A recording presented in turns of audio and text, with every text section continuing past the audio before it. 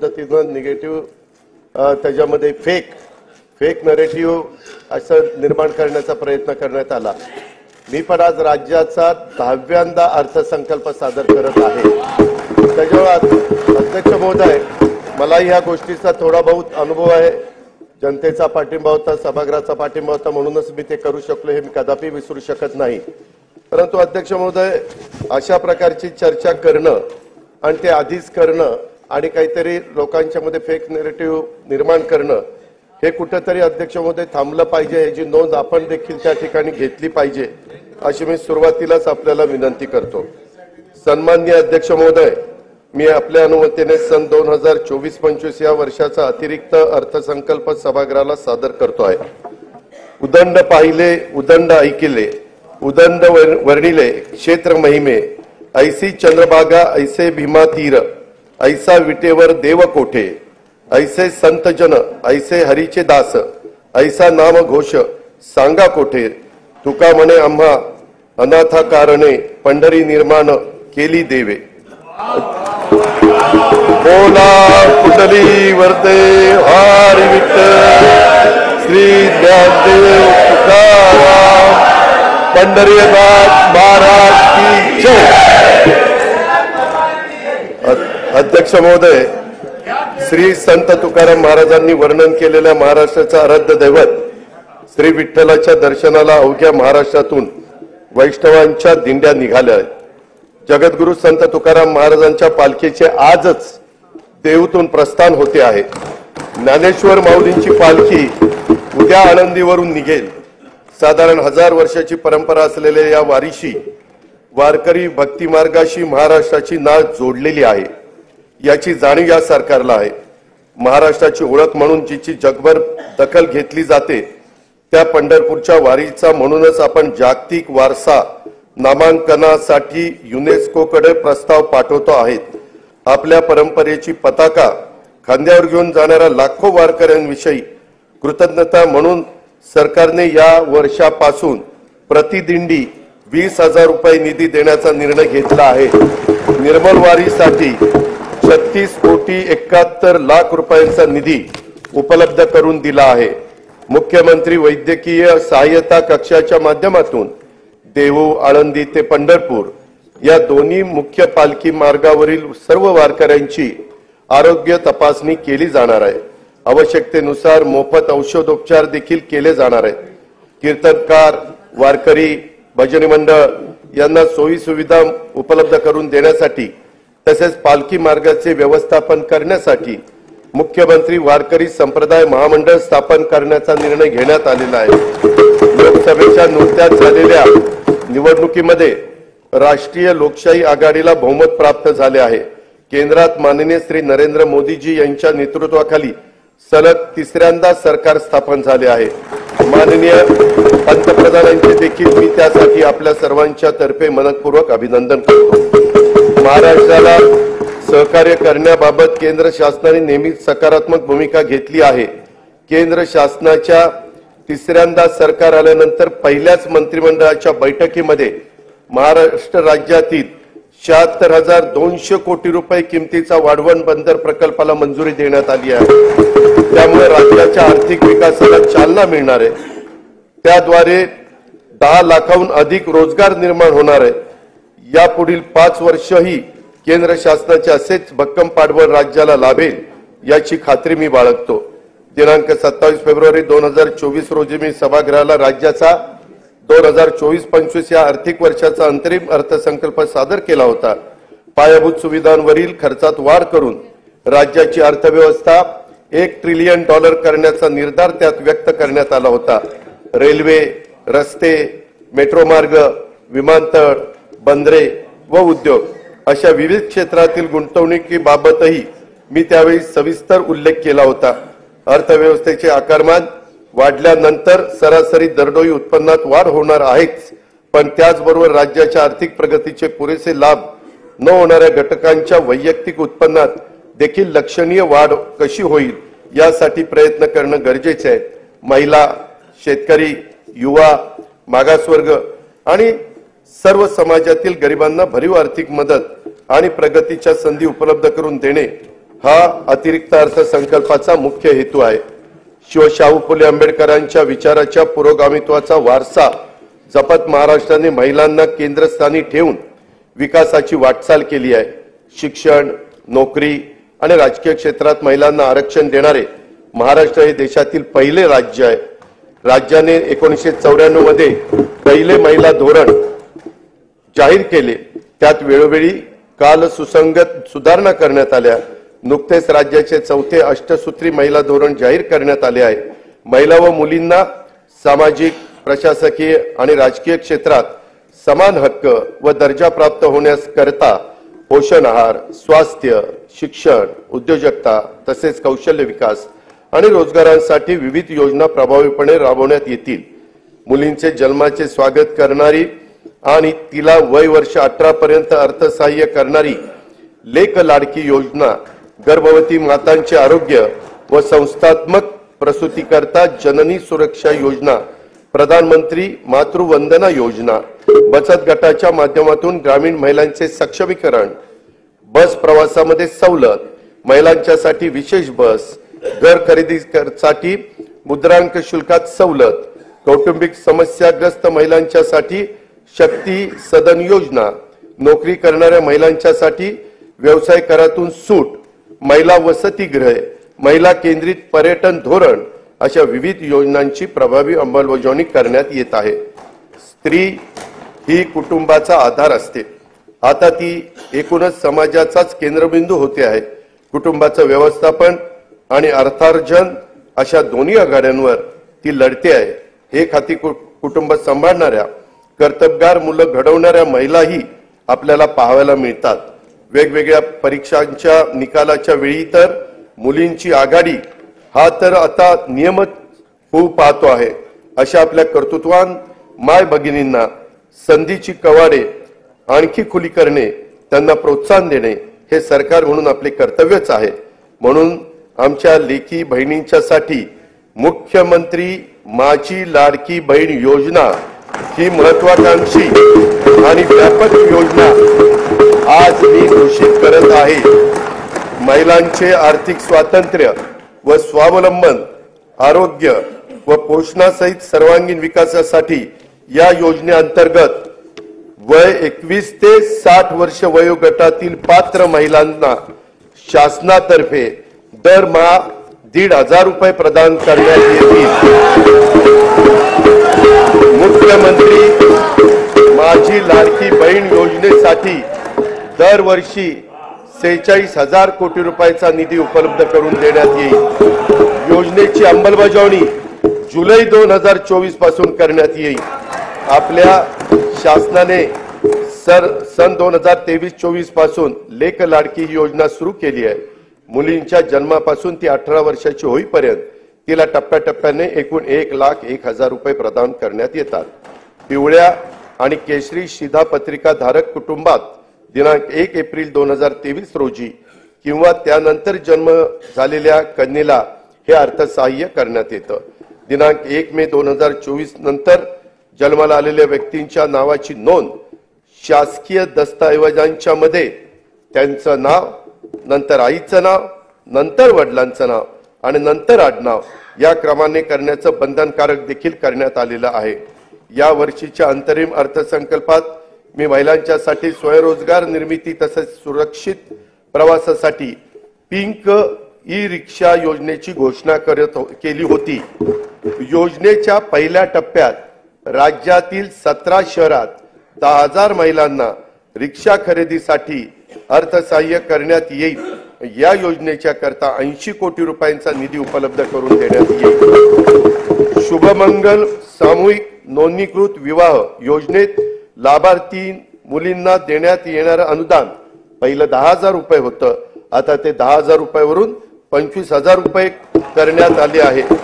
राज्यातील सर्व आरोग्य उपकेंद्रात स्तन, गर्भाशय, मुखाच्या कर्करोग तपासणीसाठी उपकरणे व साहित्य उपलब्ध करून देण्यात येईल। त्यासाठी 78 कोटी रुपये निधीची तरतूद करण्यात येईल। रुग्णांची विशेषतः आमच्या गरोदर माता व बालकांची आरोग्य संस्थेत मोफत ने आण करण्यासाठी 3,324 रुग्णवाहिका कार्यरत आहेत। त्यातील जुन्या रुग्णवाहिकांच्या जागी नव्या रुग्णवाहिका उपलब्ध करून देण्यात येतील। महिलांची पाण्यासाठी होणारी पायपीट थांबवण्यासाठी हर घर नल हर घर जल संकल्पनेअंतर्गत जल जीवन मिशन कार्यक्रमातून ग्रामीण भागातून 1,25,66,986 घरांना न जोडणी देण्यात आली आहे। राहिलेल्या 21,04,932 घरांसाठीचे काम प्रगतीपथावर आहे। स्वयंपाकांच्यासाठी वापरल्या जाणाऱ्या इंधनाचा आणि महिलांच्या आरोग्याचा फार जवळचा संबंध असतो। महिलांच्या आरोग्याच्या नेहमीच तक्रारी कमी करायच्या असतील तर त्यांना स्वच्छ इंधन पुरवणं ही आपली जबाबदारी आहे। LPG गॅसचा वापर त्या दृष्टीने सर्वात सुरक्षित असल्याने या इंधनाचा वापर वाढवला पाहिजे। गॅस सिलेंडर प्रत्येक घराला परवडेल यासाठी प्रत्येक पात्र कुटुंबाला वर्षाला 3 गॅस सिलेंडर मोफत देणारी मुख्यमंत्री अन्नपूर्णा योजना मी आज जाहीर करत आहे। ही योजना पर्यावरण संरक्षणाला सहाय्यभूत ठरेल आणि 52,16,412 लाभार्थी कुटुंबांना या योजनेचा लाभ देण्यात येईल। अंगणवाडी सेविका, मदतनीस व मिनी अंगणवाडी सेविका यांना सध्या सेवानिवृत्ती, मृत्यू, राजीनामा इत्यादी प्रकरणी 1 लाख रुपयांपर्यंतचा लाभ देण्यात येत आहे। महाराष्ट्र राज्य ग्रामीण जीवनोन्नती अभियानाअंतर्गत 6,48,000 महिला बचत गट कार्यरत असून ही संख्या 7 लाख करण्यात येणार आहे। बचत गटाच्या फिरच्या निधीच्या रकमेत 15,000 30,000 रुपये वाढ करण्यात आली आहे। उल्वे, नवी मुंबई येथे युनिटी मॉल बांधण्यात येत असून त्यातून महिला बचत गट व कारागिरांना उत्पादनाच्या प्रदर्शन व विक्रीसाठी हक्काचे व्यासपीठ उपलब्ध होईल। महिला बचत गटांनी उत्पादित केलेल्या वस्तूंना सध्या उमेद मार्ट आणि ई-कॉमर्स ऑनलाईन प्लॅटफॉर्म तसेच प्रदर्शनाच्या माध्यमातून बाजारपेठ उपलब्ध करून दिली जाते। याद्वारे आतापर्यंत 15 लाख महिला ह्या लखपती दीदी होण्याचा मान मिळाला असून या वर्षात 25 लाख महिलांना लखपती करण्याचं उद्दिष्ट शासनाने ठरवलेलं आहे। महिला लघु उद्योजकांसाठी या आर्थिक वर्षापासून पुण्यश्लोक अहिल्यादेवी होळकर महिला स्टार्टअप योजना सुरू करण्यात येणार आहे। स्टार्टअपच्या अनुषंगाने अखिल भारतीय स्तरावरील महासंमेलन राज्यात आयोजित करण्यात येईल। पर्यटन क्षेत्रातील महिला लघु उद्योजकांनी 15 लाख रुपयांपर्यंत घेतलेल्या कर्जावरील व्याजाचा परतावा शासनाकडून करण्यासाठी आई योजना सुरू करण्यात आली आहे। त्यातून 10,000 रोजगार निर्माण होणार आहे। महिला व बालकांविरुद्धच्या अत्याचाराचे खटले देखील चालवण्यासाठी 100 विशेष जलद गती न्यायालयांना आवश्यक तो निधी राज्य शासन उपलब्ध करून देत आहे। राज्यामधील व्यावसायिक शिक्षणामध्ये मुलींचं प्रमाण वाढवण्यास शासन कटिबद्ध आहे। अभियांत्रिकी, वास्तुशास्त्र, औषध निर्माण शास्त्र, वैद्यकीय तसेच कृषी विषयक सर्व व्यावसायिक पदविका अभ्यासक्रमासाठी प्रवेशित 8 लाख रुपयांपर्यंतच्या वार्षिक कौटुंबिक उत्पन्न असणाऱ्या इतर मागासवर्ग तसेच आर्थिक दृष्ट्या दुर्बल घटकातील मुलींना शिक्षण शुल्क व परीक्षा शुल्कामध्ये 100% प्रतिपूर्ती करण्यात येईल। अध्यक्ष महोदय, या निर्णयाचा लाभ सुमारे 2,05,000 मुलींना होणार आहे। शैक्षणिक वर्ष 2024-25 पासून ही योजना सुरू करण्यात येणार असून सुमारे 2,000 कोटी रुपयांचा भार दरवर्षी राज्य सरकार याकरता उचलणार आहे। स्वावलंबी शेतकरी संपन्न शेतकरी हे ब्रीद जपत शेतकऱ्यांना विविध पातळीवर सहाय्य करण्यासाठी शासन कटिबद्ध आहे। बी बियाणासाठी थेट अनुदान, सिंचन सुविधा, आधुनिक तंत्रज्ञानाचा वापर, शेतीपूरक उद्योगांना प्रोत्साहन, शेतमालाचे मूल्यवर्धन, शेतमाल साठवणूक, बाजारपेठेची उपलब्धता इत्यादींबाबत विविध योजना राबवण्यात येत आहे। शासनाने सन 2023-24 या आर्थिक वर्षापासून शेतकऱ्यांना आर्थिक सहाय्य करण्यासाठी नमो शेतकरी महासन्मान निधी, 1 रुपयात पीक विमा, गोपीनाथ मुंडे शेतकरी सुरक्षा सानुग्रह अनुदान अशा विविध योजना सुरू केलेल्या आहेत। शेती आणि संबंधित क्षेत्राच्या ठळक तरतुदीकडे मी आता सभागृहाचं लक्ष वेधित आहे। नैसर्गिक आपत्तीमुळे झालेल्या शेती पिकांच्या नुकसानापोटी शेतकऱ्यांना जुलै 2022 पासून 15,245 कोटी 76 लाख रुपयांची मदत करण्यात आलेली आहे। नोव्हेंबर डिसेंबर 2023 मधील अवकाळी पावसामुळे बाधित झालेल्या 24,47,000 शेतकऱ्यांना आतापर्यंत 2,253 कोटी रुपयांची मदत देण्यात आली आहे। नुकसानीच्या क्षेत्राची मर्यादा 2 ऐवजी यावेळेस 3 हेक्टर करण्यात आली आहे। राज्य आपत्ती प्रतिसाद निधीच्या निकषापेक्षा अधिक दराने ही मदत करण्यात आली आहे। खरीप हंगाम 2023 करता राज्यातील 40 तालुक्यांमध्ये दुष्काळ तर 1021 महसूल मंडळामध्ये दुष्काळ सदृश परिस्थिती जाहीर करण्यात आली असून तिथे विविध सवलती लागू करण्यात आल्या आहेत। नुकसानीचे पंचनामे जलद व पारदर्शक होण्याकरता नागपूर विभागामध्ये घेतली गेलेली ई पंचनामा प्रणालीची चाचणी यशस्वी झाल्याने ही प्रणाली आता संपूर्ण राज्यामध्ये लागू करण्यात येणार आहे। नमो शेतकरी महासन्मान निधी योजनेअंतर्गत आज तागायत एकूण 92,43,000 शेतकरी कुटुंबांना 5,318 कोटी 47 लाख रुपयाचं अनुदान देण्यात आलेलं आहे। 1 रुपयात पीक विमा योजनेअंतर्गत 59,57,000 शेतकऱ्यांना 3,504 कोटी 66 लाख रुपयाची रक्कम आजपर्यंत अदा करण्यात आलेली आहे। गोपीनाथ मुंडे शेतकरी अपघात सुरक्षा सानुग्रह अनुदान योजनेअंतर्गत 2,694 शेतकरी कुटुंबांना 52 कोटी 82 लाख रुपयांचे अनुदान वाटप करण्यात आलेले आहे। महात्मा ज्योतिराव फुले शेतकरी कर्जमुक्ती योजनेअंतर्गत पीक कर्जाची नियमित परतफेड करणाऱ्या 14,33,000 शेतकऱ्यांना प्रोत्साहनपर रक्कम 5,190 कोटी रुपये अदा करण्यात आलेली आहे। उर्वरित रकमेचे वाटप देखील त्वरित त्या ठिकाणी देण्यात येईल। नानाजी देशमुख कृषी संजीवनी प्रकल्पाच्या पहिल्या टप्प्यात विदर्भ आणि मराठवाड्यातील 16 जिल्ह्यांच्यासाठी 5,469 कोटी रुपयांच्या विविध योजना यशस्वीपणे पूर्ण करण्यात आल्या आहेत। या प्रकल्पाचा 6,000 कोटी रुपये किमतीचा दुसरा टप्पा 21 जिल्ह्यांमध्ये राबवण्यात येणार आहे। माननीय बाळासाहेब ठाकरे कृषी व्यवसाय व ग्रामीण परिवर्तन प्रकल्पाअंतर्गत 1,561 कोटी 64 लाख रुपये किमतीच्या 767 उपप्रकल्पांना मंजुरी देण्यात आली आहे। त्याचा लाभ सुमारे 9 लाख शेतकऱ्यांना होणार आहे। विदर्भ आणि मराठवाड्यातील 14 विपत्तीग्रस्त जिल्ह्यातील केशरी शिधा पत्रिका धारक शेतकऱ्यांना अन्नधान्याऐवजी दरमहा रोख रक्कम अदा करण्यात येते। मे 2024 पर्यंत या पद्धतीने 11,85,000 लाभार्थींना 113 कोटी 36 लाख रुपये अदा करण्यात आले आहेत। राष्ट्रीय कृषी विकास योजना आणि राज्य पुरस्कृत कृषी यांत्रिकीकरण योजनेतून गेल्या 3 वर्षात 2,14,000 शेतकऱ्यांना ट्रॅक्टर आणि पॉवर ट्रेलर आदी यांत्रिकी शेती उपकरणांच्या खरेदीसाठी 1,239 कोटी रुपयाचं अनुदान देण्यात आलेलं आहे। शेतमालाच्या स्थानिक पातळीवर साठवणुकीसाठी गाव तेथे गोदाम ही योजना राबवण्यात येणार आहे।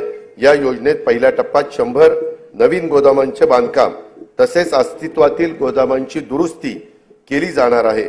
कापूस, सोयाबीन तसेच अन्य तेलबियांच्या उत्पादकतेमध्ये वाढ आणि मूल्य साखळी विकासासाठी विशेष कृती योजना राबवण्यात येत आहे।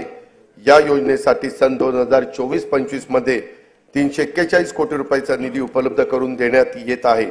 आधारभूत किमतीनुसार खरीप व रब्बी हंगामातील कडधान्य व तेलबियांच्या नाफेड मार्फत खरेदीसाठी 100 कोटी रुपयाचा फिरता निधी स्थापन करण्यात येईल। कापूस व सोयाबीन पिकांच्या राज्याच्या शेती उत्पन्नामध्ये मोठा वाटा आहे। मागील वर्षी आंतरराष्ट्रीय घडामोडी व अन्य कारणामुळे झालेल्या किमतीतील घसरणीमुळे शेतकऱ्यांना नुकसान सोसावं लागलं। शेतकऱ्यांना दिलासा देण्यासाठी खरीप पणन हंगाम 23-24 मध्ये कापूस व सोयाबीन उत्पादक शेतकऱ्यांना 2 हेक्टर प्रमाणे हेक्टरच्या मर्यादेत प्रति हेक्टरी 5,000 रुपयाचं अर्थसहाय्य देण्याची घोषणा मी करीत आहे। अध्यक्ष महोदय, ही घोषणा खरं तर निर्णय कॅबिनेटनी मागच घेतला होता, पण 3च दिवसात आचारसंहिता लागली, त्यामुळे नंतर आम्हाला त्याचे जे काही वितरण करायचं होतं ते करता आलेलं नव्हतं. आता आम्ही पुन्हा हे आचारसंहिता संपल्यावर हे 5,000 रुपयाचं अर्थसहाय्य देणं, हे कापूस सोयाबीन शेतकऱ्यांच्या करता तो निर्णय सरकारने घेतलेला आहे. कांदा उत्पादक शेतकऱ्यांना अर्थसहाय्य करण्यासाठी सन 2023-24 या वित्तीय वर्षात 350 रुपये प्रति क्विंटल प्रमाणे 151,66,00,000 रुपये अनुदान देण्यात आलं आहे. कांदा आणि कापसाच्या हमीभावाने खरेदी करण्यासाठी प्रत्येकी 200 कोटी रुपयाचा फिरता निधी निर्माण करण्यात येत आहे. खरीप पडन हंगाम 2023-24 मध्ये 6 लाख धान उत्पादक शेतकऱ्यांना प्रति हेक्टरी 20,000 रुपयाप्रमाणे 1,350 कोटी रुपये प्रोत्साहन रक्कम प्रदान करण्यात आली आहे. शासकीय नवीन दुग्ध व्यवसाय उद्योजकता प्रकल्प सुरू करणार आहे. पशुसंवर्धन, दुग्ध व्यवसाय, पशुचारा आणि पशुखाद्य उत्पादन या क्षेत्रात नव उद्योजक निर्माण करणे, रोजगार आणि स्वयंरोजगाराच्या माध्यमातून शेतकऱ्यांच्या मध्ये आर्थिक उन्नती साधणे, पशूंची उत्पादकता वाढवणे हा या प्रकल्पाचा उद्देश आहे. नोंदणीकृत 2,93,000 गायींचे दूध उत्पादकांना प्रति लिटर 5 रुपये प्रमाणे 223,83,00,000 रुपये अनुदान वितरित करण्यात आले आहे. राहिलेले अनुदान देखील त्वरित वितरित करण्यात येईल. तसेच गायीचे दूध उत्पादक शेतकऱ्यांना आधार देण्यासाठी 1 जुलै पासून प्रति लिटर 5 रुपयाप्रमाणे अनुदान देण्याची योजना 1 जुलै 2024 पासून पुढे चालू ठेवण्यात येईल असेही मी जाहीर करत आहे. शेळी मेंढी पालन व्यवसायातील संख्यात्मक व गुणात्मक वाढीसाठी पुण्यश्लोक अहिल्यादेवी होळकर महाराष्ट्र मेंढी व शेळी विकास महामंडळाच्या भाग भांडवलात लक्षणीय वाढ करण्यात आली आहे. शेळी मेंढी पालन आणि कुक्कुटपालनाला प्रोत्साहन देण्यासाठी 2 नवीन प्रकल्प राबवण्यात येत आहे. राज्याचा मत्स्य उत्पादनात गेल्या 2 वर्षात मोठ्या प्रमाणामध्ये वाढ झाली आहे. मत्स्य बाजार स्थापना तसेच मासळी विक्री सुविधांच्यासाठी आवश्यक निधी उपलब्ध करून देण्यात येणार आहे.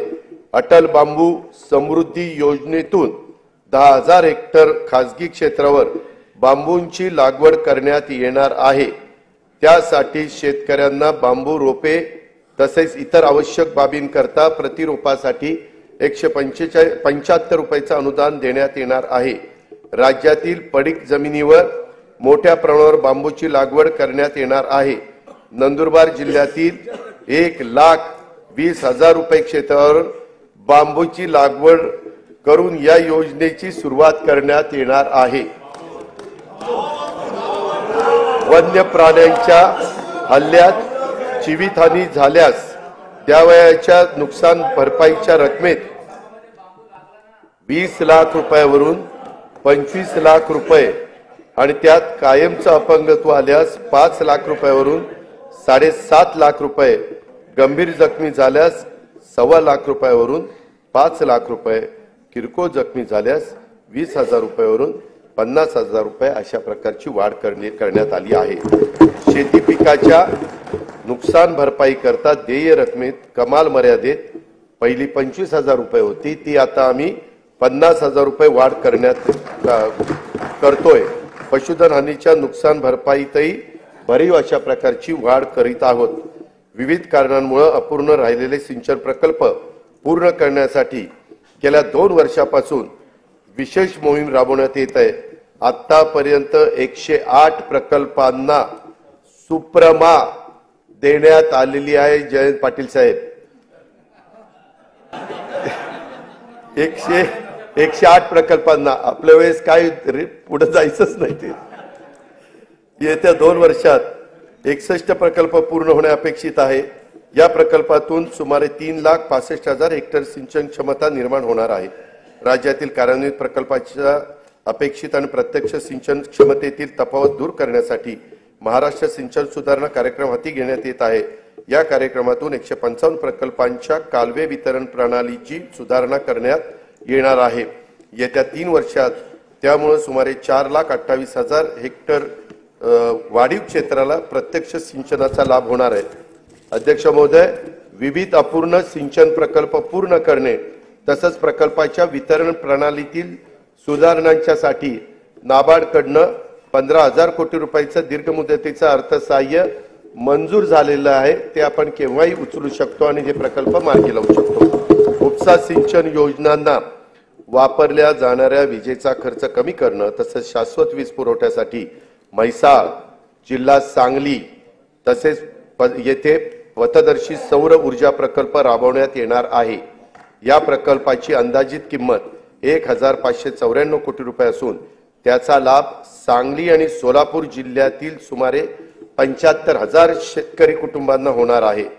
स्वच्छ व हरित ऊर्जेचे ध्येय साध्य करण्यासाठी सर्व शासकीय उपसा जलसिंचन योजना सौर ऊर्जीकरण करण्यात येणार आहे. त्यामध्ये जनाई, शिरसाई, पुरंदर या उपसा सिंचन योजनांचाही समावेश आहे. या योजनांच्यासाठी 4,200 कोटी रुपयाचा खर्च अपेक्षित आहे. विदर्भातील नागपूर, वर्धा, अमरावती, यवतमाळ, अकोला, बुलढाणा या जिल्ह्यातील 3,71,277 हेक्टर क्षेत्रात सिंचनाचा लाभ देण्यासाठी वैनगंगा नळगंगा नदीजोड प्रकल्पाद्वारे गोसीखुर्द प्रकल्पातून 62.57 टीएमसी पाणी वळवण्याचे नियोजन आहे. कोल्हापूर आणि सांगली जिल्ह्यातील पुरामुळे होणारी जीवित वैविध्यहानी टाळावी आणि अतिरिक्त पाणी दुष्काळग्रस्त भागात वळवता यावे यासाठी जागतिक बँकेच्या सहाय्याने 3,200 कोटी रुपये किमतीचा महाराष्ट्राचा प्रतिसादक्षम विकास कार्यक्रम राबवण्यात येणार आहे. जलयुक्त शिवार अभियान 2 अंतर्गत मार्च 2024 अखेर 49,651 कामे पूर्ण झाली असून यावर्षी 650 कोटी रुपयांचा निधीची तरतूद करण्यात आली आहे. गाळ मुक्त धरण, गाळ युक्त शिवार योजनेअंतर्गत राज्यातील एकूण 338 जलाशयातून गाळ काढण्याचं काम सुरू आहे. लोकसहभागाच्या आतापर्यंत 83,39,39,818 घनमीटर गाळ काढण्यात आला आहे.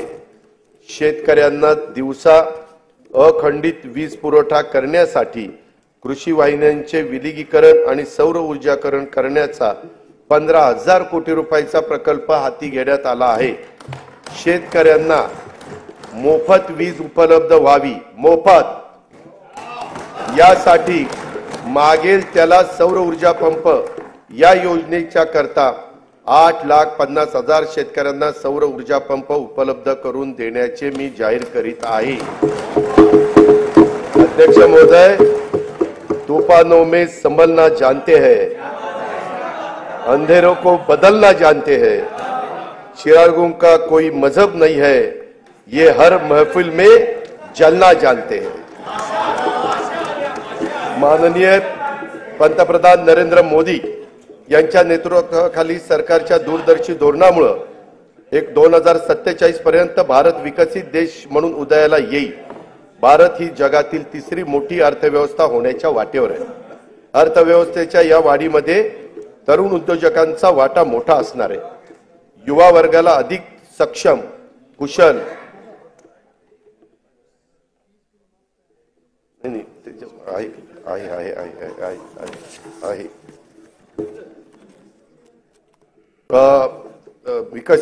भारत ही जगातील तिसरी मोठी अर्थव्यवस्था होण्याच्या वाटेवर आहे. अर्थव्यवस्थेच्या या वाढीमध्ये तरुण उद्योजकांना वाटा मोठा असणार आहे. युवा वर्गाला अधिक सक्षम व कुशल आणि तंत्रस्नेही करण्यासाठी कौशल्य उद्योजकता विकासाच्या तसेच आर्थिक पाठबळ देण्याबाबत योजना सुरू आहेत.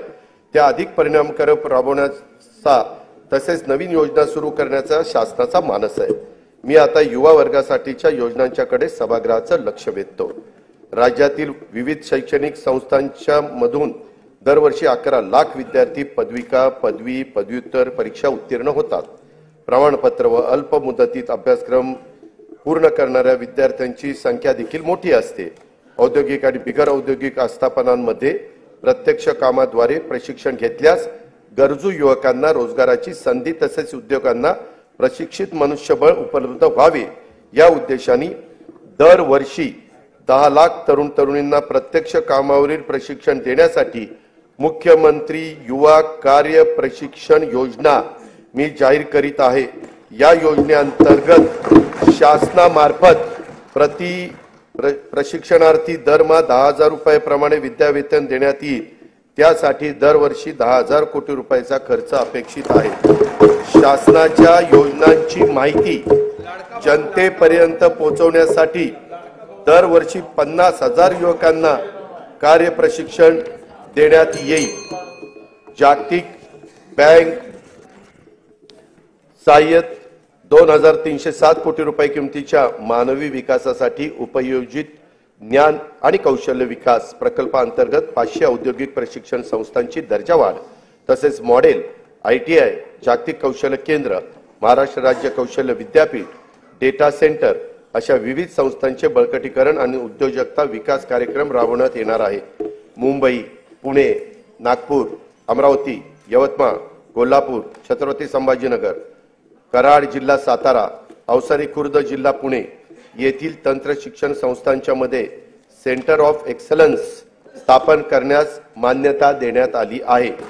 पंडित दीनदयाळ उपाध्याय रोजगार मेळावा व नमो महारोजगार मेळाव्यातून रोजगार इच्छुक युवांना नोकरीची संधी उपलब्ध करून दिल्या जात आहेत। या माध्यमातून सन 2023-24 मध्ये 95,478 उमेदवारांची नोकरीसाठी निवड झाली आहे। स्वामी विवेकानंद आंतरराष्ट्रीय कौशल्य विकास प्रबोधिनी मुंबईत गोवंडी येथे कार्यान्वित झाली आहे। राज्याच्या ग्रामीण भागात 511 प्रमोद महाजन ग्रामीण कौशल्य विकास केंद्रे स्थापन करण्यात आली असून या केंद्रातून 15 ते 45 वयोगटातील 18,980 उमेदवार कौशल्य प्रशिक्षण घेत आहेत।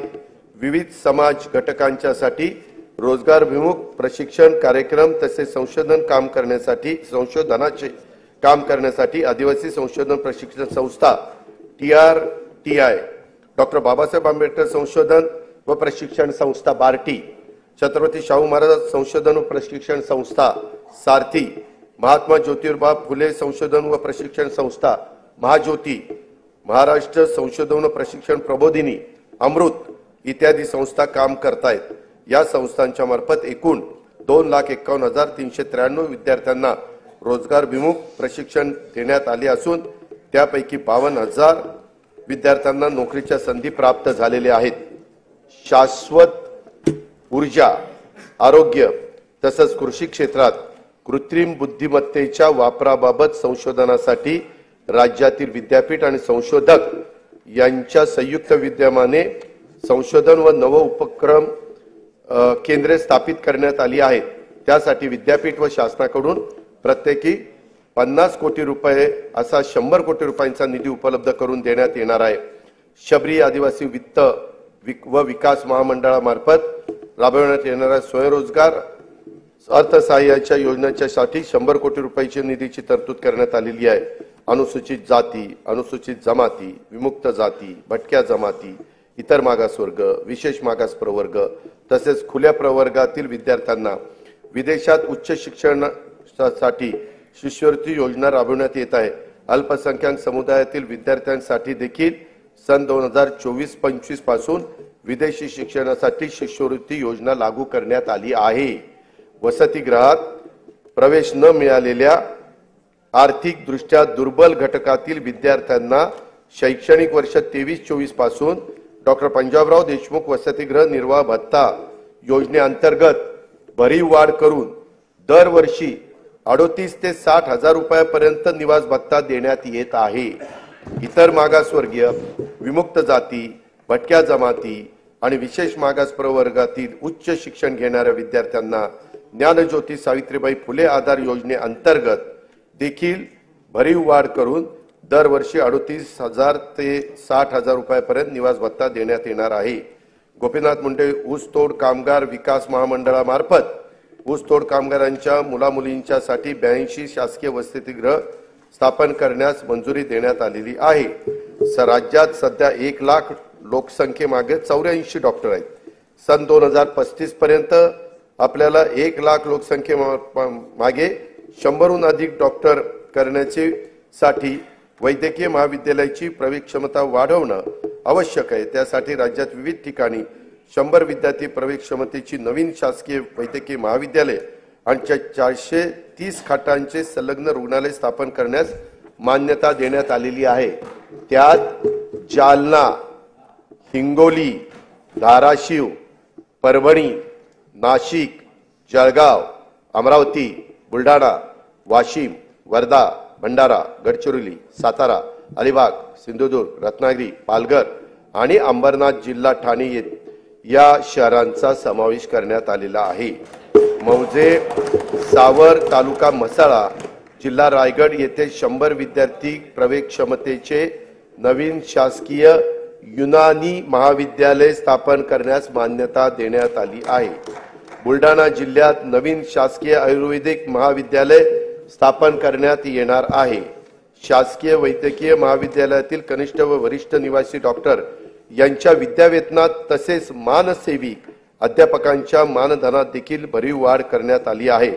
ट्रस्ट सेक्टरमधील उद्योगांना देण्यात येणाऱ्या विशेष प्रोत्साहनामुळे नजीकच्या काळात राज्यात अंदाजे 1 लाख कोटी रुपयांची गुंतवणूक होणार असून त्यातून 50,000 रोजगार निर्माण होणार आहे। हरित हायड्रोजन उत्पादनासाठी विकासकांबरोबर झालेल्या सामंजस्य करारानुसार 2,11,400 कोटी रुपयांची गुंतवणूक होणार असून त्याद्वारे 55,900 रोजगार निर्माण होणार आहेत। महापे, नवी मुंबई येथे 25 एकर जागेत India gems and jewellery park नियोजित आहे। त्यात 2,000 सूक्ष्म, लघु व मध्यम उद्योग घटकांना समावेश असून 50,000 कोटी रुपयांची गुंतवणूक होणार आहे। त्यातून 1 लाख रोजगार निर्माण होतील। एकात्मिक व शाश्वत वस्त्रोद्योग धोरण 2023 ते 28 जाहीर करण्यात आले असून या अंतर्गत 5 वर्षात 25,000 कोटी रुपयांची भरीव गुंतवणूक आणि 5 लाख रोजगार अपेक्षित आहे। कॅप्टिव्ह मार्केट योजनेमुळे सूतगिरणी, यंत्रमाग, प्रोसेसिंग, पॅकिंग तसेच वाहतूक क्षेत्रात मोठ्या प्रमाणावर रोजगार निर्माण होणार आहे। खाजगी गुंतवणूक वाढवण्यासाठी लघु वस्त्रोद्योग संकुले तसेच टेक्निकल टेक्सटाईल पार्क उभारण्याचे शासनाने ठरवलेले आहे। सिंधुदुर्ग जिल्ह्यात आंतरराष्ट्रीय दर्जाचे स्कुबा डायव्हिंग केंद्र सुरू करण्यात येणार असून बुडीत जहाजावरील प्रवाळाचे दर्शन हे त्यांचे विशेष आकर्षण असेल। या प्रकल्पासाठी 20 कोटी रुपये खर्च अपेक्षित आहे। त्यातून 800 ते 1000 स्थानिकांना रोजगार उपलब्ध होईल। अध्यक्ष महोदय, हयात लेके चलो, कायनात लेके चलो, चलो तो सारे जमाने को साथ लेकर चलो। दारिद्र्य निर्मूलन आणि जनतेचे राहणीमान उंचावण्यासाठी शासन अरे कधीतरी समाधान माना आहे, पुढे आहे। जनतेचे राहणीमान उंचावण्यासाठी शासन कटिबद्ध असून विविध योजनांच्या माध्यमातून अविरतपणे सामाजिक विकासाचे प्रयत्न सुरू आहेत। अनुसूचित जाती उपाययोजनेखाली शाळा, आश्रमशाळा, विद्यार्थ्यांकरता वसतिगृह, शिष्यवृत्ती, आरोग्य सेवा, रोजगार इत्यादी करता विविध योजना राबवण्यात येतात। आदिवासी विकास उपाय योजनेअंतर्गत बालकांच्या पोषणामध्ये वाढ करण्यासाठी भारतरत्न डॉक्टर APJ अब्दुल कलाम अमृत आहार योजना, शासकीय आश्रमशाळांमध्ये विज्ञान केंद्राची उभारणी करण्यासाठी नमो आदिवासी स्मार्ट शाळा अभियान, वसतिगृहात प्रवेश न मिळालेल्या विद्यार्थ्यांना उच्च शिक्षणासाठी पंडित दीनदयाळ उपाध्याय स्वयं योजना, वस्त्यांना पायाभूत सुविधा उपलब्ध करून देण्यासाठी ठक्कर बाप्पा आदिवासी विकास योजना आदी योजनांच्या माध्यमातून पुरेसा निधी उपलब्ध करून देण्यात येत आहे। इतर मागासवर्ग, विमुक्त जाती, भटक्या जमाती, विशेष मागास प्रवर्गातील घटकांना उन्नती करता विविध योजना राबवण्यात येतात। या प्रवर्गातील विद्यार्थ्यांच्या करता आश्रमशाळा, ऊसतोड कामगारांच्या मुलांच्यासाठी आश्रमशाळा, विद्यानिकेतन, धनगर समाजासाठीच्या विविध योजना, क्रांती ज्योती सावित्रीबाई फुले शिष्यवृत्ती योजना, डॉक्टर पंजाबराव देशमुख वसतिगृह योजना, तांडा वस्ती मुक्त वसाहत योजना इत्यादी योजनांच्या माध्यमातून पुरेसा निधी उपलब्ध करून देण्यात येत आहे। राज्यातील सर्व बौद्ध, जैन, शीख, पारसी, ख्रिश्चन व मुस्लिम या अल्पसंख्याक समुदायातील घटकांच्या विकासाकरता हे सरकार वचनबद्ध आहे। सामाजिक व आर्थिक दृष्ट्या दुर्बल घटकांच्यासाठी असलेल्या योजना परिणामकारक राबवणे, नवीन योजना, विशेष योजना आखणे आणि त्यासाठी पुरेसा आर्थिक तरतूद करणे, या धोरणातून सर्व स्वरूपातील सार्वत्रिक दारिद्र्य नाहीसे करणे हे शाश्वत विकास ध्येय साध्य करण्याचा आमचा निश्चय आहे। त्या दृष्टीने महत्त्वाच्या योजना मी सभागृहावर सादर करीत आहे। संजय गांधी निराधार योजना आणि श्रावणबाळ सेवा राज्य निवृत्ती योजनेतून आर्थिक दुर्बल घटकातील निराधार, विधवा आणि दिव्यांग वृद्ध नागरिकांना दरमहा अर्थसहाय्य देण्यात येते। या अर्थसहाय्यात 1000 रुपयावरून 1500 रुपये अशी वाढ करण्यात आली आहे। सन 2023-24 मध्ये 45,60,000 लाभार्थींना या योजनेतून 7,145 कोटी रुपयांचं वाटप देखील करण्यात आलं आहे। महिला आर्थिक विकास महामंडळ, महाराष्ट्र राज्य इतर मागासवर्ग वित्त विकास महामंडळ, वसंतराव नाईक विमुक्त जाती व भटक्या जमाती विकास महामंडळ, महात्मा फुले मागासवर्गीय विकास महामंडळ, साहित्यरत्न लोकशाहीर अण्णाभाऊ साठे विकास महामंडळ, संत रोहिदास चर्मोद्योग व चर्मकार विकास महामंडळ, शबरी आदिवासी वित्त विकास महामंडळ, महाराष्ट्र राज्य सरकारी आदिवासी विकास महामंडळ, पुण्यश्लोक अहिल्यादेवी महाराष्ट्र मेंढी व शेळी विकास महामंडळ, अण्णासाहेब पाटील आर्थिक विकास महामंडळ, शामराव पेजे आर्थिक विकास महामंडळ, संत शिरोमणी गोरोबा काका महाराष्ट्र माती कला मंडळ, महाराष्ट्र राज्य ऑटो रिक्षा व टॅक्सी चालक मालक कल्याणकारी महामंडळ, मौलाना आझाद अल्पसंख्याक आर्थिक विकास महामंडळ अशा विविध महामंडळाच्या माध्यमातून विविध समाज घटकांना उन्नती करता योजना राबवण्यात येत आहे। वसंतराव नाईक विमुक्त जाती व भटक्या जमाती विकास महामंडळांतर्गत राजे उमाजी नाईक आर्थिक विकास महामंडळ आणि पैलवान कैलासवासी मारुती चव्हाण वडार आर्थिक विकास मंडळ नव्याने निर्माण करण्यात आलेले आहे। महाराष्ट्र राज्य इतर मागासवर्गीय वित्त विकास महामंडळांतर्गत संत काशीबा गुरव युवा आर्थिक विकास महामंडळ, जगज्योती महात्मा बसवेश्वर आर्थिक विकास महामंडळ, संत सेनाजी महाराज केश शिल्पी महामंडळ नव्याने निर्माण करण्यात आलेले आहे। पानपिंपरी आणि मुसळीचे उत्पादन करणाऱ्या बारी समाजाच्या आर्थिक, सामाजिक आणि शैक्षणिक विकासासाठी संत श्री रूपलाल महाराज आर्थिक विकास महामंडळाची स्थापना करण्यात येणार आहे। नव्याने निर्माण करण्यात आलेल्या तसेच कार्यरत महामंडळाच्या निधीची पुरेशी तरतूद त्या ठिकाणी करण्यात येईल। 15 डिसेंबर 2022 पासून दिव्यांग कल्याण विभागाचे कामकाज सुरू झाले आहे। दिव्यांगांच्यासाठी शिक्षण, क्रीडा, कौशल्य विकास, प्रशिक्षण, रोजगार, उद्योग क्षेत्रातील विविध योजना राबवून त्यांना स्वावलंबी व सक्षम बनवण्याचे उद्दिष्ट आहे। दिव्यांग व्यक्तीचे स्वतःचे हक्काचे घर व्हावे यासाठी धर्मवीर आनंद दिघे घरकुल योजना राबवण्यात येणार असून पहिल्या टप्प्यात 34,400 घरकुल बांधण्याचे प्रस्तावित आहे। दिव्यांग व्यक्तींना दैनंदिन वापरासाठी इलेक्ट्रिक वाहनांचे वाटप करण्यात येत आहे। राज्याने याच वर्षी तृतीयपंथीयांचं बाबतचं आपले धोरण जाहीर केलं आहे। शासन आणि सार्वजनिक प्राधिकरणाकडून होणाऱ्या भरती प्रक्रियेमध्ये तसेच सर्व शासकीय योजनांच्या मध्ये स्त्री पुरुषांबरोबरच तृतीयपंथी हा लिंग पर्याय उपलब्ध करून देण्यात आला आहे। त्यामुळे तृतीयपंथी समुदायाला राज्य शासनाच्या योजनांचा लाभ घेणे आता सुलभ होणार आहे। धनगर समाजाच्या शैक्षणिक व सामाजिक उपक्रमासाठी खारघर नवी मुंबई येथे 4000 चौरस मीटरचा भूखंड उपलब्ध करून देण्यात आलेला आहे। महाराष्ट्र घरेलू कामगार कल्याण महामंडळामार्फत नोंदणीकृत घरेलू कामगारांच्यासाठी विविध कल्याणकारी योजना राबवण्यात येत आहे। मौलाना आझाद अल्पसंख्याक आर्थिक विकास महामंडळ राबवण्यात येणाऱ्या योजनांच्या करता अधिक निधी उपलब्ध करून देण्यासाठी कर्जावरील शासन हमीची मर्यादा 30 कोटीवरून 500 कोटी रुपये करण्यात आली आहे। महात्मा ज्योतिराव फुले जन आरोग्य योजना राज्यातील सर्व कुटुंबांना लागू करण्यात आली आहे। आरोग्य विमा संरक्षणाची रक्कम प्रति कुटुंब 1,50,000 वरून आता 5 लाख रुपये करण्यात आली आहे। आतापर्यंत 1000 रुग्णालयामध्ये उपचाराची सोय होती, त्याच्यात आता 900 रुग्णालयांची भर पडणार असून योजनेअंतर्गत 1356 प्रकारचे उपचार उपलब्ध झाले आहेत। सार्वजनिक आरोग्य विभागाच्या रुग्णालयामध्ये तपासण्या, चाचण्या आणि उपचार मोफत करण्यात येतात। या निर्णयामुळे बाह्य रुग्ण, आंतररुग्ण, लहान शस्त्रक्रिया, एक्सरे चाचणी आणि प्रयोगशाळा चाचण्यांमध्ये भरीव वाढ झाली आहे। शहरी भागातील गरजू जनतेसाठी विनामूल्य तपासणी, वैद्यकीय चाचण्या व उपचारांच्यासाठी सुविधा असलेले हिंदू हृदय सम्राट बाळासाहेब ठाकरे आपला दवाखाना 347 ठिकाणी कार्यान्वित करण्यात आलेला आहे। महाराष्ट्र राज्य बिगर कृषी सहकारी पतसंस्था नियामक मंडळाला पतसंस्थांच्या स्थिरीकरण व तरलतेसाठी 100 कोटी रुपयांचा निधी उपलब्ध करून देण्यात येणार आहे।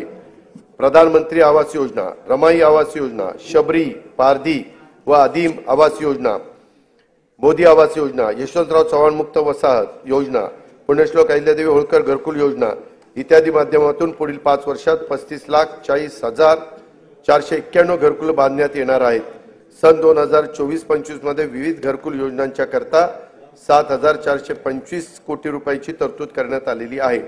बृहन्मुंबई महानगरपालिका क्षेत्रातील गिरणी कामगारांना 12,954 सदनिका वितरित करण्यात केल्या असून उर्वरित सदनिका उपलब्ध करून देण्याचे नियोजन करण्यात आलेले आहे। चालूच आहे, कामच चालूच आहे। सन 2024-25 साठी स्वच्छ भारत अभियान ग्रामीणचा दुसऱ्या टप्प्यासाठी 1,886 कोटी 86 लाख निधीची तरतूद करण्यात आलेली आहे। राज्यातील अंगणवाडी कर्मचारी, आशा वर्कर, कोतवाल, पोलीस पाटील, ग्रामीण जीवनोन्नती अभियानातील संसाधन व्यक्ती यांच्या मानधनात भरीव वाढ करण्यात आलेली आहे। आता मी अर्थसंकल्पातील पायाभूत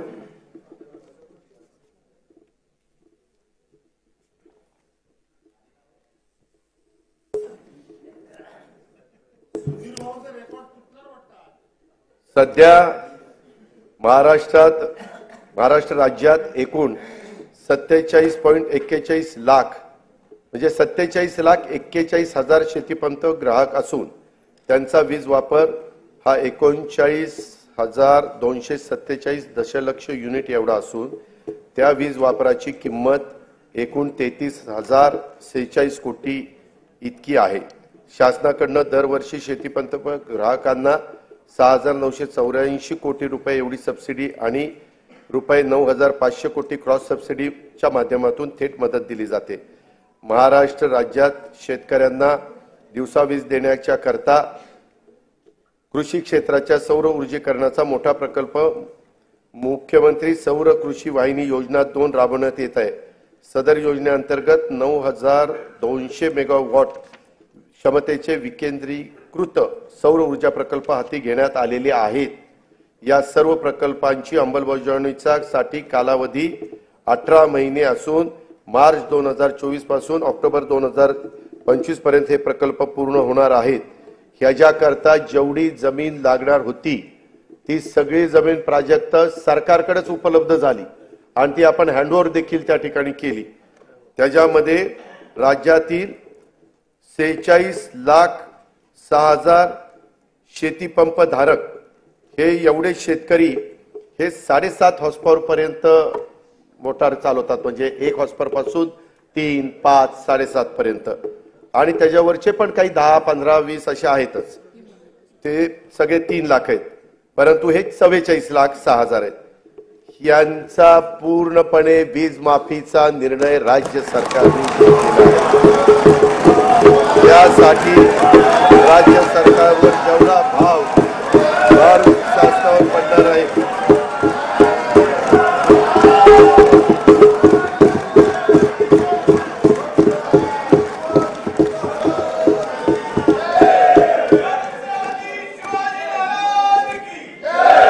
आता मी अर्थसंकल्पातील पायाभूत सुविधा आणि अन्य महत्त्वाच्या सभागृहाचे लक्ष वेधतो।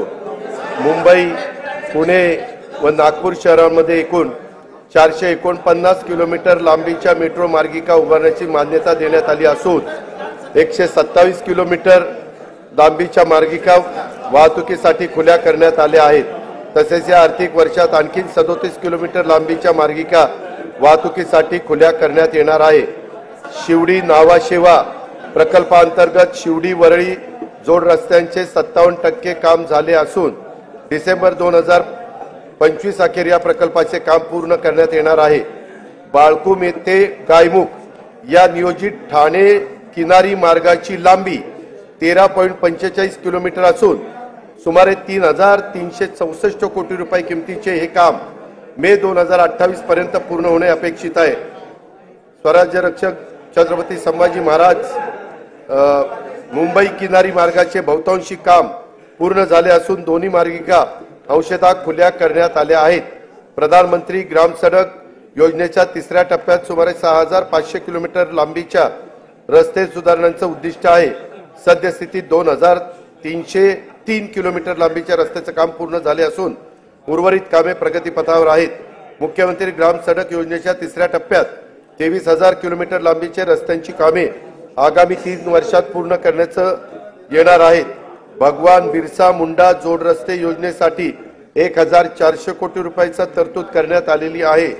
संत सेवालाल महाराज जोड रस्ता योजना तसेच यशवंतराव होळकर जोड रस्ते योजनेची अंमलबजावणी लवकरच सुरू करण्यात येत आहे।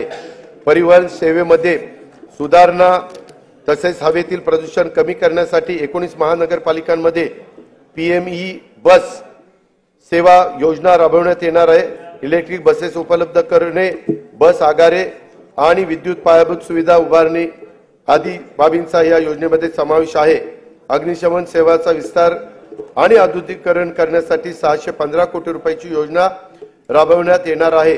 ही योजना ड वर्ग महानगरपालिका, सर्व नगर परिषदा व नगरपंचायतीमध्ये राबवण्यात येईल। धर्मादाय आयुक्तांच्या अधिपत्याखाली कार्यालयाचा मुंबई, नंदुरबार, नांदेड, वर्धा, अमरावती, कोल्हापूर येथील इमारतींच्या बांधकामासाठी अस्तित्वातील इमारतींचे नूतनीकरण करण्यासाठी 125 कोटी रुपयाचा निधी उपलब्ध करून दिला जाणार आहे। माननीय बाळासाहेब ठाकरे स्मृती मातोश्री ग्रामपंचायत बांधणी योजनेअंतर्गत 2,567 ग्रामपंचायत कार्यालयाच्या बांधकामांना मान्यता देण्यात आली आहे। शिवकालीन 12 किल्ल्यांना जागतिक वारसा नामांकन प्राप्त व्हावे म्हणून युनेस्कोकडे प्रस्ताव पाठवण्यात आला आहे। कोकणातील कातळ शिल्पे, पंढरपूर वारी, दहीहंडी उत्सव आणि गणेशोत्सव याबाबतचे देखील प्रस्ताव पाठवण्यात येणार आहेत। शासनाकडून रायगड किल्ल्यावर शिवराज्याभिषेक सोहळा दरवर्षी साजरा करण्याचे ठरवले असून त्याचा आवश्यक तो निधी शासन उपलब्ध करून देणार आहे। वेंगुर्ला जिल्हा सिंधुदुर्ग येथे 66 कोटी रुपयाचे अंदाजित किमतीचा आंतरराष्ट्रीय दर्जाचा पाणबुडी प्रकल्प विकसित करण्यात येणार आहे। सातारा जिल्ह्यातील पश्चिम घाट परिसरातील पर्यटन स्थळाच्या विकासासाठी 381 कोटी 56 लाख रुपये किमतीचा एकात्मिक पर्यटन विकास आराखडा करण्यात आला आहे। या अंतर्गत श्री क्षेत्र महाबळेश्वर विकास, प्रतापगड किल्ला जतन व संवर्धन, सह्याद्री व्याघ्र पर्यटन आणि कोयना हेळवाक वन क्षेत्राअंतर्गत जलपर्यटनाचा समावेश आहे। पावसाळ्यात कल्याण नगर मार्गावरील माळशेज घाटाला भेट देणाऱ्या पर्यटकांची संख्या मोठी आहे। या घाटात सर्व सोयीयुक्त अत्याधुनिक व्ह्यूइंग गॅलरी उभारण्यात येईल। नागपूर जिल्ह्यातील रामटेक हे प्रभू रामचंद्राच्या पदस्पर्शाने पावन झालेले तीर्थक्षेत्र रामटेक विकास आराखड्यासाठी पहिल्या टप्प्यात 150 कोटी रुपयाच्या कामांना मान्यता देण्यात आली असून ही कामे प्रगतीपथावर आहे।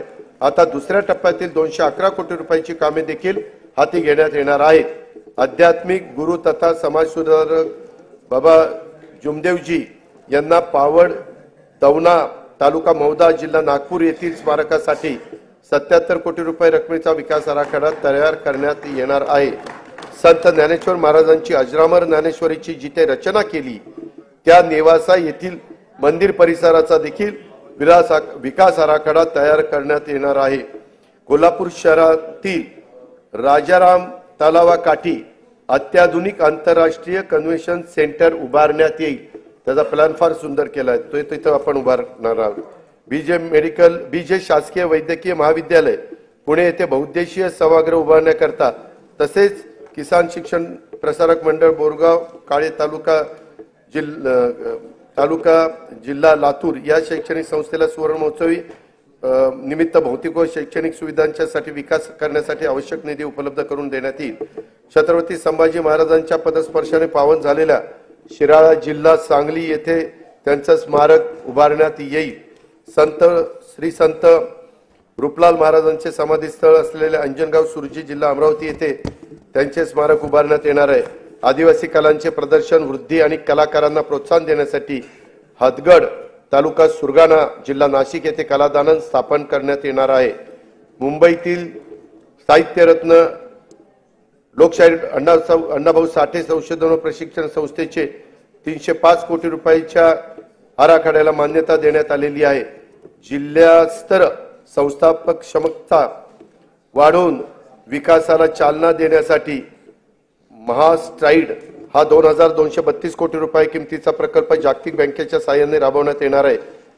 भारतातील शेती मुख्यतः पावसावर अवलंबून आहे याची आपल्याला जाणीव आहे।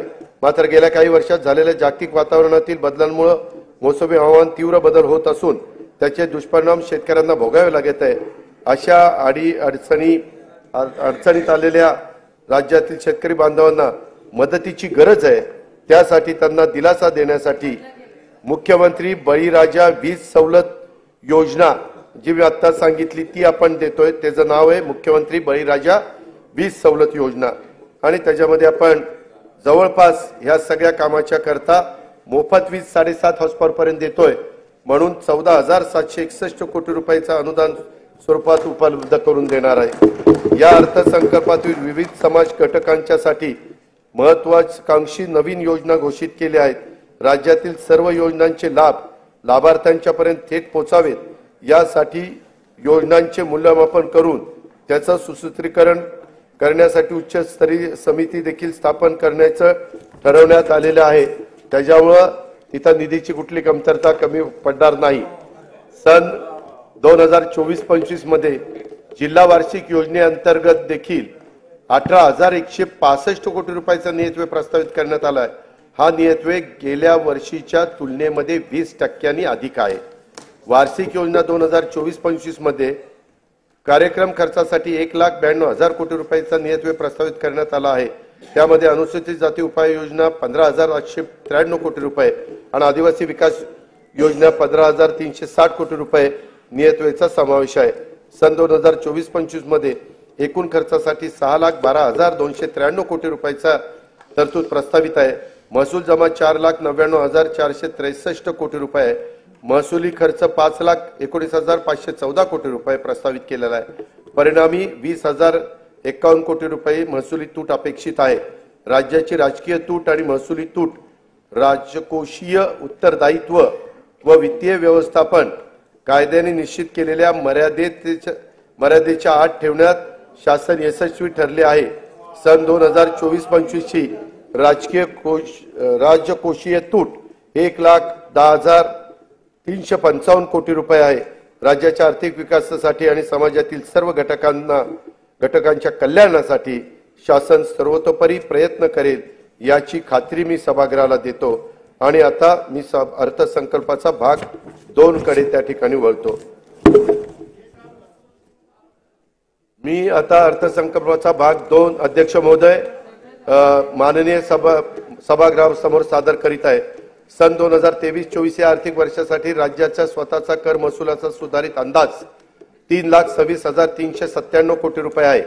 सन 2024-25 या आर्थिक वर्षाचा स्वतःच्या कर महसुलाचे अर्थसंकल्पीय उद्दिष्ट 3,43,040 कोटी रुपये इतके एवढे निश्चित करण्यात आले आहे। सर्वसामान्य नागरिकांना तसेच उद्योग व व्यापार केंद्राला दिलासा मिळावा म्हणून राज्यभर पेट्रोल व डिझेल वरील मूल्यवर्धित करात समानता आणण्यासाठी आवश्यकता होती आहे। त्या दृष्टीने बृहन्मुंबई, ठाणे व नवी मुंबई या महानगरपालिका क्षेत्रातील डिझेलवरील सध्याचा कर 24% वरून 21% करण्याचे प्रस्तावित आहे। तसेच पेट्रोलवर 26% वरून तो 25% असा 25% वर कमी करण्याचा प्रस्ताव आहे। या बदलांमुळे नाही बृहन्मुंबई, नवी मुंबई आणि ठाणे हे तिथे जास्त होता, त्यांची सारखी तक्रार होती, तेही आता आपण एकसारखी करतोय। या बदलांमुळे ठाणे, बृहन्मुंबई आणि नवी मुंबई या महानगरपालिका क्षेत्रातील पेट्रोलचा दर हा 65 पैसे व डिझेलचा दर अंदाजे ₹2.07 प्रति लिटर स्वस्त होणार आहे। केंद्रीय सशस्त्र पोलीस दलामध्ये 7 सशस्त्र सेना दल कार्यरत असून त्यापैकी सीमा सुरक्षा दल व केंद्रीय राखीव पोलीस दल यातील सशस्त्र जवानांना व्यवसाय कर भरण्यापासून सूट देण्यात आली आहे। आता उर्वरित 5 दलातील म्हणजेच आसाम रायफल्स, केंद्रीय औद्योगिक सुरक्षा दल, भारत तिबेट सीमा पोलीस दल, राष्ट्रीय सुरक्षा रक्षक व सशस्त्र सीमा दलातील राष्ट्रीय कर्तव्य बजावणाऱ्या सशस्त्र जवानांना व्यवसाय कर भरण्यापासून सूट देण्याबाबत मी प्रस्तावित करीत आहे। याचा लाभ अंदाजे 12,000 जवानांना होणार आहे। नोंदणी झालेल्या दस्तास कमी मुद्रांक शुल्क भरल्याचे निष्पन्न झाल्यास मुद्रांक शुल्काच्या फरकाच्या रकमेवर दस्त निष्पादित केल्याच्या तारखेपासून आकारण्यात येणारी दंडाची रक्कम ही 2% दरमहा होती, ती आता अध्यक्ष महोदय आपण 1% दरमहा करण्याचा निर्णय घेण्यात आलेला आहे। म्हणजे त्याच्यामध्ये 24% वर्षाला होती, ती आता 12% करण्यात आली। बऱ्याच जणांची तशी मागणी होती। मुद्रांक शुल्क परताव्यासाठी ऑनलाईन पद्धतीने अर्ज करता येईल। अर्ज करण्याची कालमर्यादा मुद्रांक खरेदी केल्यापासून 6 महिन्याऐवजी 1 वर्ष करण्यात येईल। वरील प्रस्तावांना सन्माननीय सदस्यांचा पाठिंबा मिळेल असा विश्वास मी इथं व्यक्त करतो। अध्यक्ष महोदय, आतापर्यंत मी या राज्याचा 10 वेळेला जनतेचा अर्थसंकल्प मांडण्याची संधी मला मिळाली। निंदी कोणी मारी, वंदी कोणी पूजा करी, मज हेही नाही तेही नाही, वेगळा दोन्हीपासूनी, या न्यायाने केलेल्या कामाची पावती आहे असे मी मानतो। तुका म्हणे मज घडो त्यांची सेवा, तरी माझ्या दैवा पार नाही, अशी तुकोबारायाच्या भाषेत प्रार्थना करून मी आपली रजा घेतो। जय हिंद, जय महाराष्ट्र।